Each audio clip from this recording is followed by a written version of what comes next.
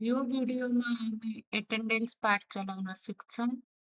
एटेन्डेन्समा जाने, स्टुडेन्टमा क्लिक गर्ने, manage एटेन्डेन्समा click गर्ने, क्लास सिलेक्ट गर्ने,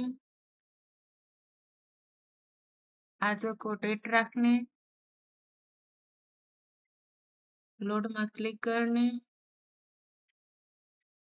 प्रेजेन्ट भएको विद्यार्थीकोमा प्रेजेन्टमा क्लिक गर्ने, एब्सेन्ट भएकोमा एब्सेन्टमा क्लिक गर्ने, क्लिक गरेर सबमिटमा क्लिक गर्ने, ओके, त्यसपछि रिसेट गर्ने। फेरि अर्को क्लासमा जाने,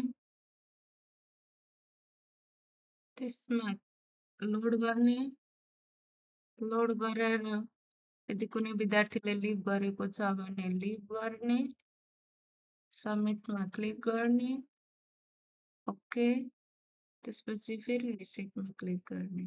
यसरी हामी स्टुडेन्ट एटेन्डेन्स म्यानेजमेन्ट गर्न सक्छौँ।